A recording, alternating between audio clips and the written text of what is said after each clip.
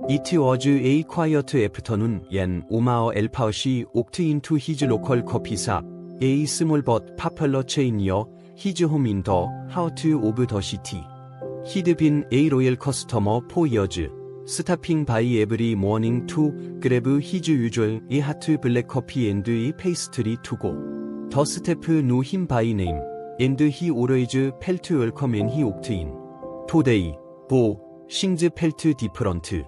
As Omar approached the counter, he noticed the barista, a young woman named Lily, had a tense look on her face.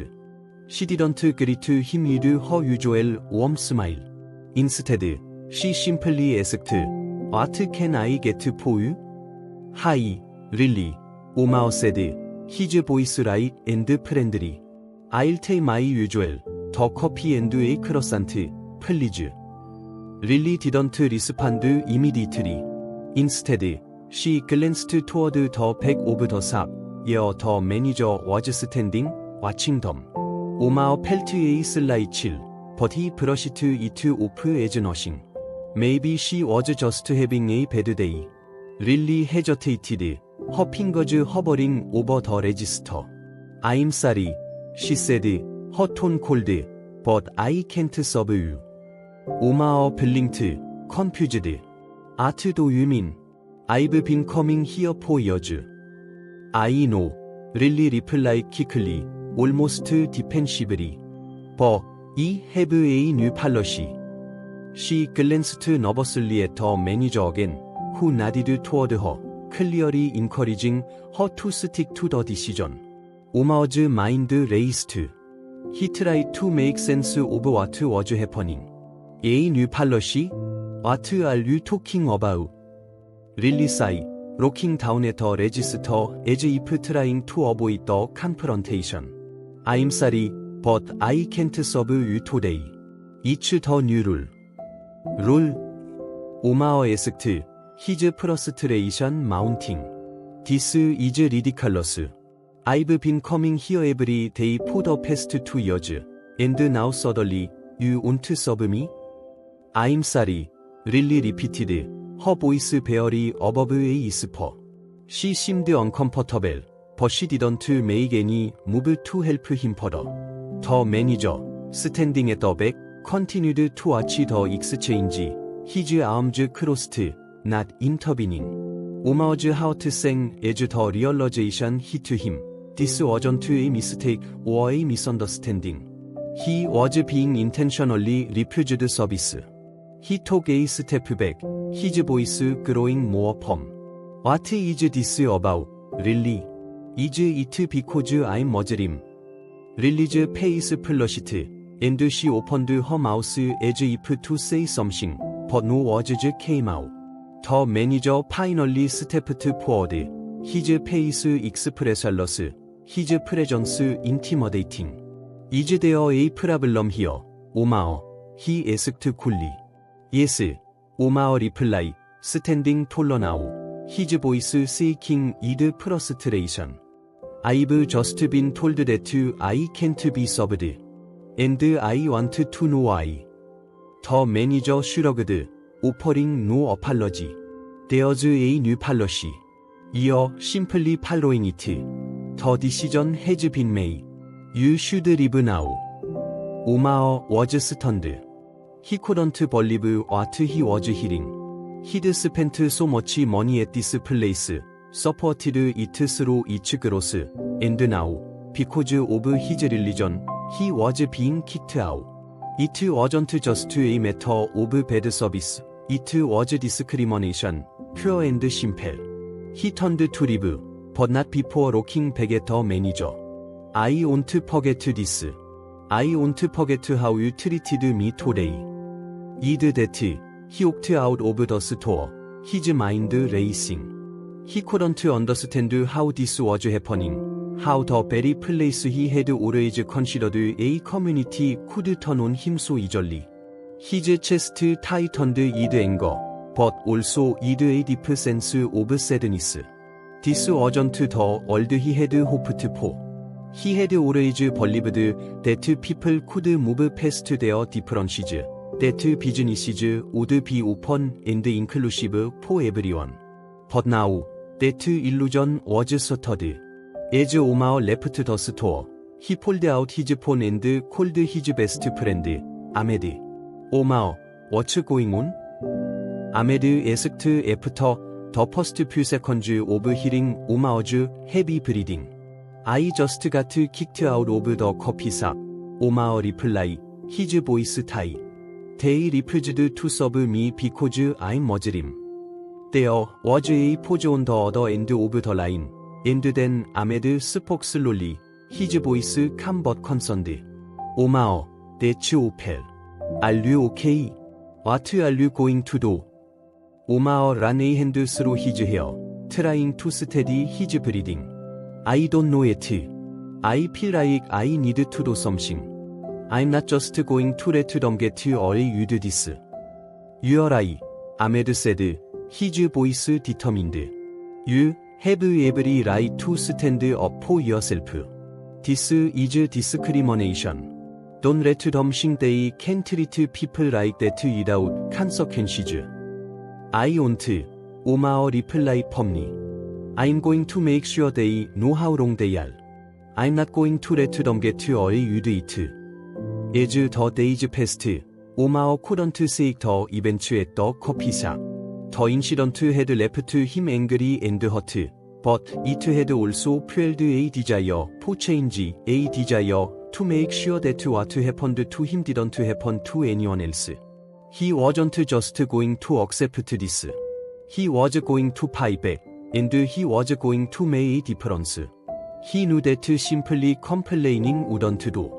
He had to do something that would make an impact, something that would send a message to not just the coffee shop, but to the entire community. Omar wasn't a ruler or a politician, but he was a man of action, and he knew what he had to do. He contacted a lawyer who specialized in civil rights cases. After a long conversation, it became clear that Omar had a solid case. The coffee shop had discriminated against him based on his religion. It violated both federal and state anti-discrimination laws.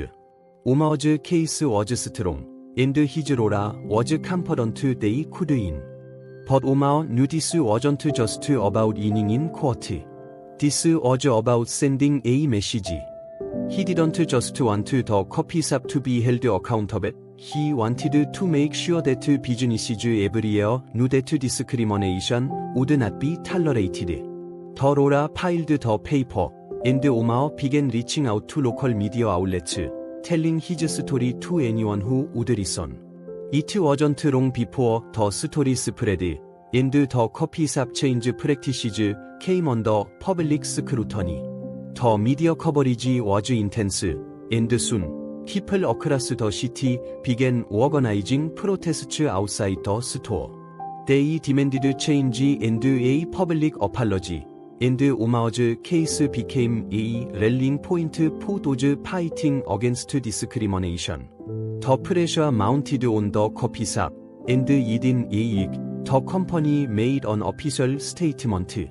They promised to implement new anti-discrimination policies, to hold mandatory diversity and inclusivity training for all staff, and, most importantly, they would offer Omar an apology.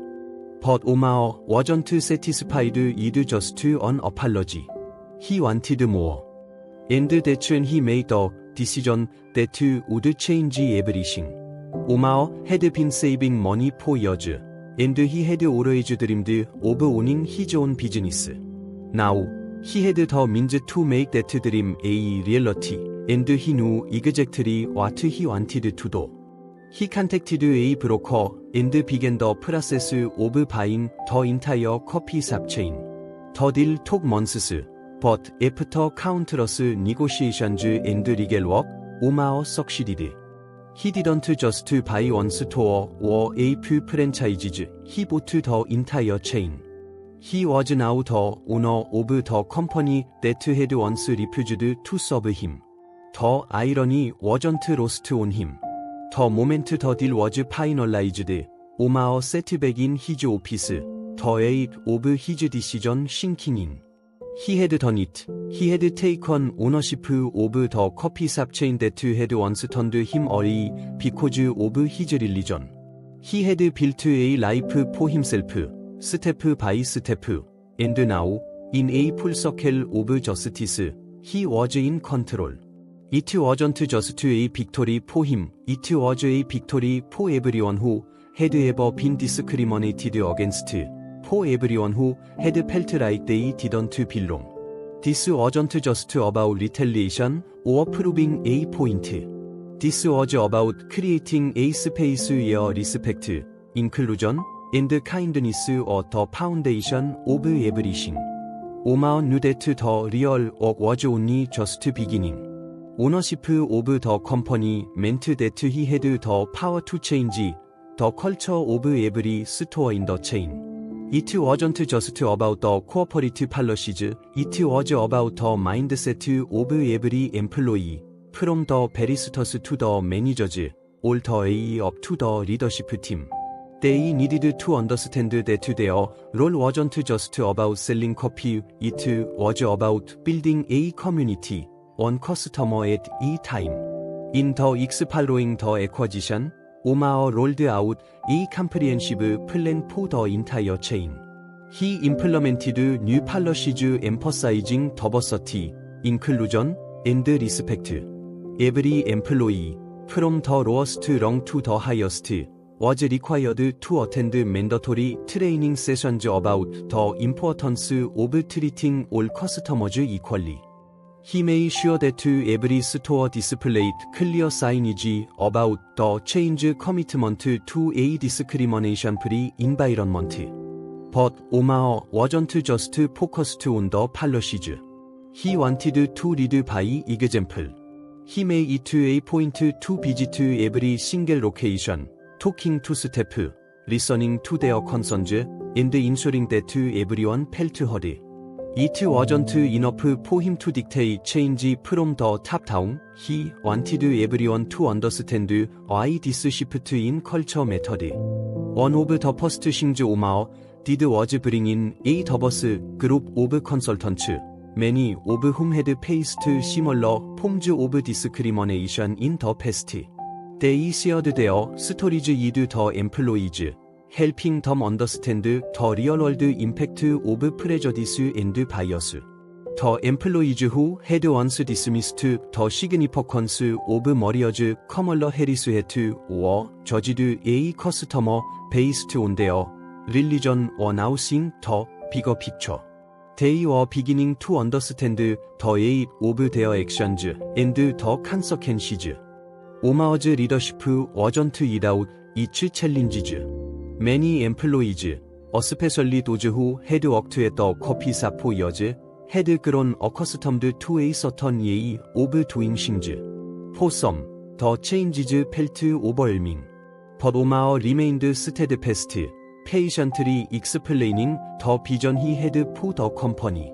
He spoke about the importance of trust and respect, about creating a place where everyone, no matter their background, could come and feel like they mattered. It wasn't always easy, but over time, the culture began to shift. Staff became more engaged, more passionate about their work, and customers began to notice the difference. The once awkward interactions at the counter now felt more personal.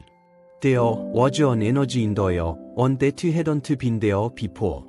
People weren't just coming for coffee, they were coming for an experience, for the feeling that they mattered, that their presence was valued. The media, each had once focused on Omao's story of discrimination, now covered his transformation of the company. They praised his leadership and his determination to create a business that was built on empathy and inclusivity. They interviewed employees who spoke about how Omao's actions had changed their perspective, and how they now felt proud to work for a company that stood for something greater than just profit. But 이번 이드 올 더 석세스 앤드 어텐션, 오마어 네버 로스트 사이드 오브 더 비거 픽처. He didn't want to just be known as the man who had fought back against discrimination. He wanted to be remembered as someone who had created real, lasting change. He didn't want the story to end with the purchase of the coffee shop chain. He wanted it to be the beginning of something much bigger.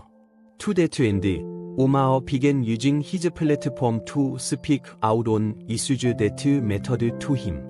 He became an advocate for policies that promoted diversity and equality in business, and he worked closely with various organizations to provide mentorship and opportunities for young people from marginalized communities.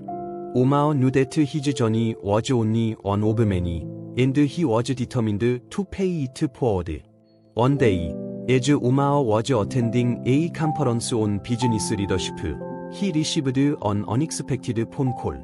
It was Maria, the woman whose story had started everything, the woman who had been refused service because of her Kamala Harris hat.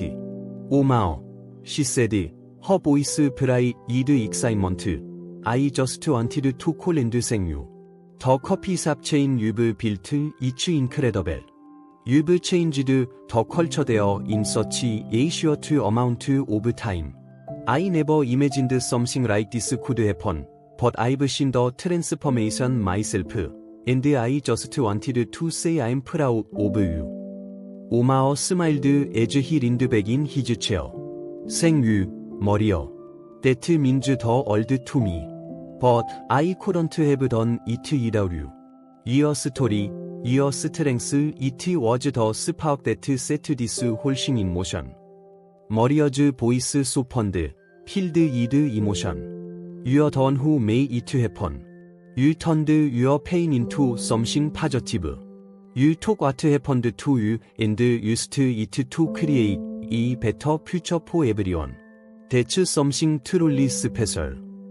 Oma어 nodded, feeling a deep sense of gratitude. We're all just trying to do our part, right? The two of them continued to talk for a while longer, catching up and reflecting on how power things had come since that PayPal day in the coffee shop.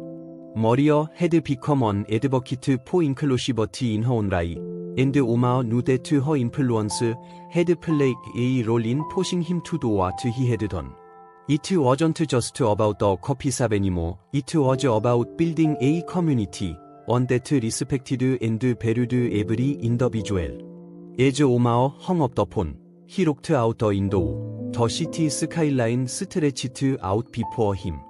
He thought about the journey, how it had started with a moment of injustice, but how it had led to something much greater than he had ever imagined. He wasn't just a businessman, he was a part of a movement. And with each step forward, he knew he was creating a legacy that would inspire others to take a stand, just as he had. The future was uncertain, but Oma어 was ready for it. He had come a long way from the man who had been turned away for his face. He had fought for something more than himself. And in doing so, he had changed the world for the better. As the months passed, Oma어 continued to work tirelessly to expand his influence not just within his own company, but across the broader community. The success of the coffee chain under his leadership was undeniable, but what brought him the most pride was the culture he had cultivated, a culture of inclusion, respect, and understanding. Oma어's actions reverberated far beyond the walls of his stores. The changes he had made, starting with the way he treated his employees, to the policies he implemented, to the message he sent through the media, had inspired other business owners to rethink their own practices. People began reaching out to him for advice, asking him to speak at conferences, or even to consult on how they could implement similar changes in their own businesses. Omao's reputation as a leader who valued fairness, equality, and community was growing. And then, one afternoon, an unexpected phone call came. It was Clara, the senior manager from the corporate office, the woman who had first reached out to him after his incident at the coffee shop. Omao, I hope you are doing well. Clara's voice was warm, as always. I wanted to reach out and see how everything is going with the chain. I've heard incredible things about the changes you've made, and I think I'd love to see if we can collaborate on something bigger. Omao's curiosity piqued. What do you have in mind? You're launching a new initiative, Clara explained. I want to create a national campaign around the importance of inclusivity in businesses.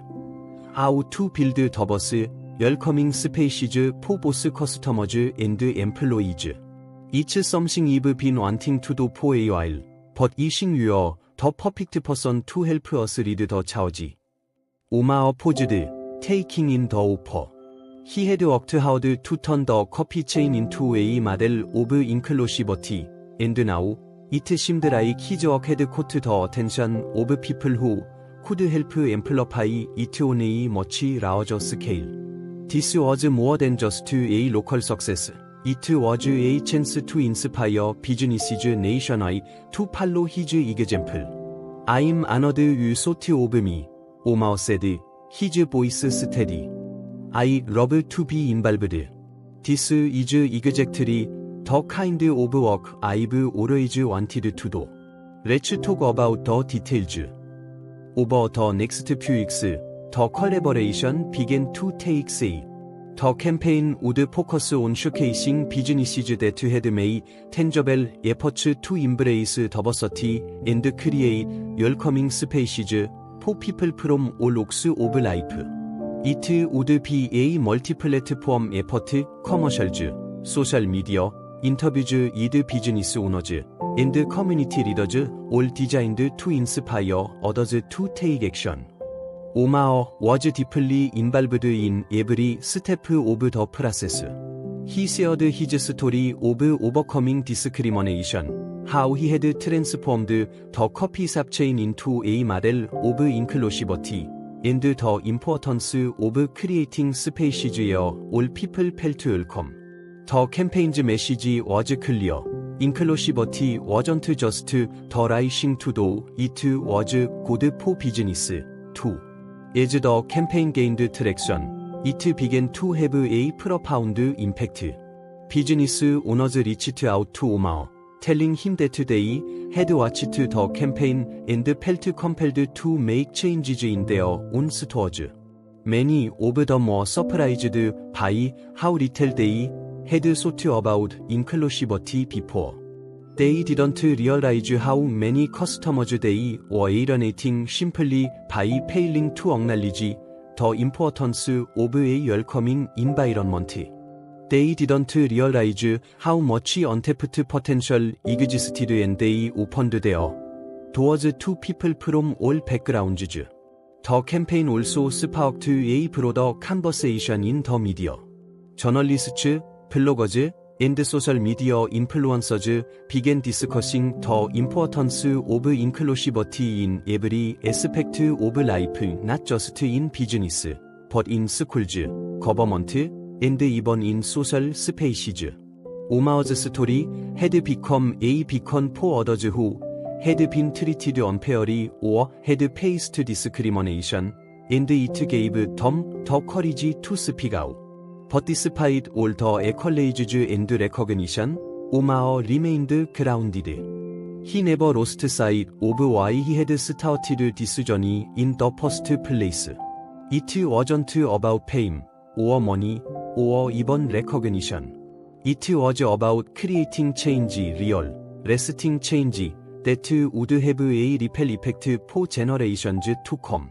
One day, as Omao sat at his desk in his office, reviewing a proposal for an upcoming event, he received another unexpected phone call. This time, It was from a group of young entrepreneurs who are looking for guidance. Emma El-Fashi, the voice on the other end of the line said, "I've been following your work and the changes you've made at the coffee shop chain. You're inspired by what you've done, and I want to create a company that values diversity and inclusion just as much as you do. Can I talk to you about how you did it?"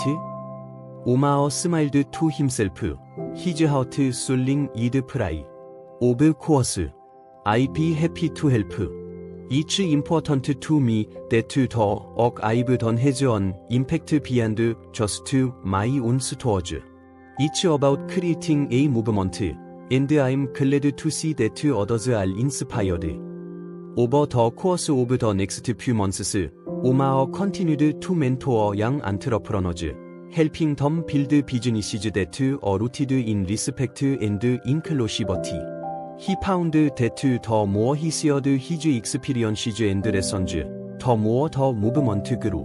He had become not just a business owner, but a mentor, a guide, and a role model for others who wanted to create businesses that were a force for good in the world. One of the most rewarding moments came when Omar was invited to speak at a national conference on diversity and inclusion in business. As he took the stage, he looked out at the sea of faces, entrepreneurs, leaders, activists, and young people who were all eager to learn from him. His heart swelled with gratitude as he realized how far he had come. Omar began his speech by recounting his personal journey from the painful moment of discrimination at the coffee shop to the day he bought the chain and turned it into something much larger than he had ever imagined.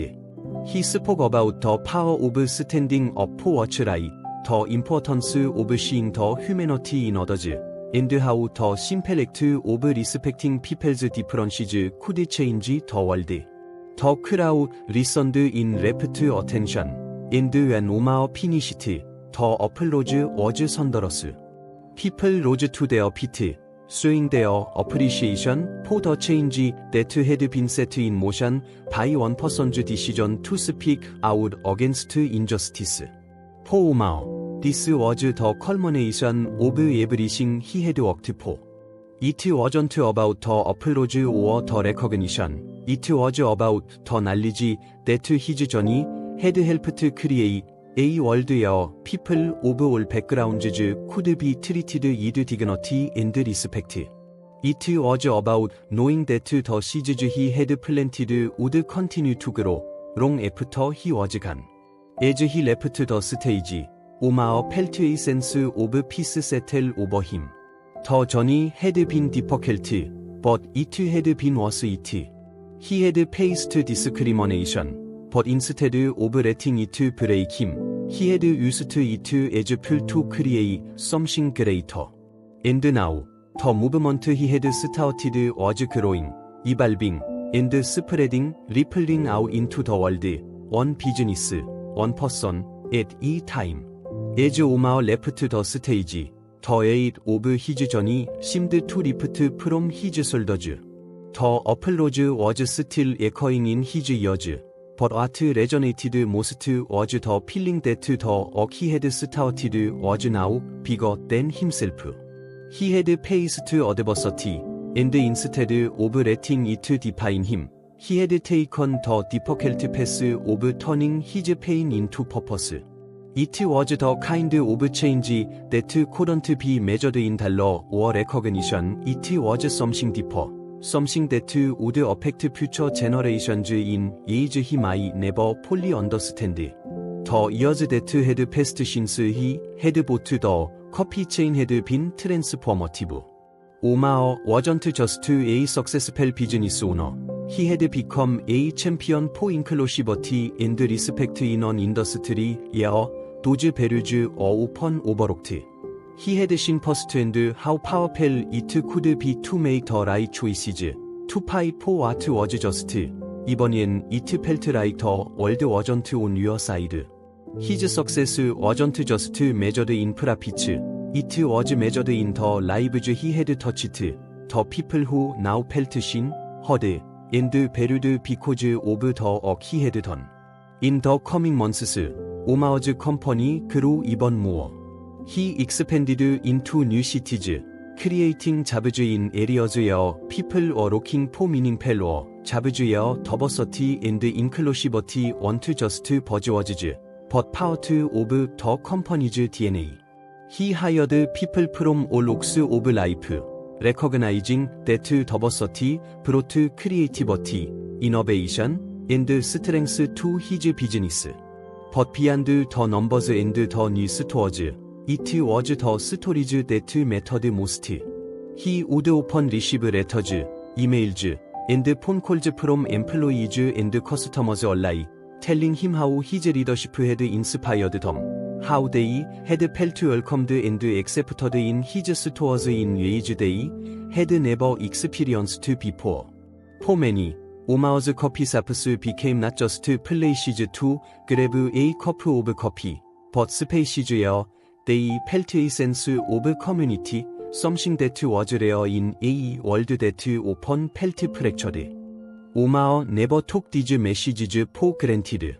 He read every letter, every note, and made sure to acknowledge the people who took the time to share their experiences with him. For him, it was these small moments of connection that made the journey worthwhile.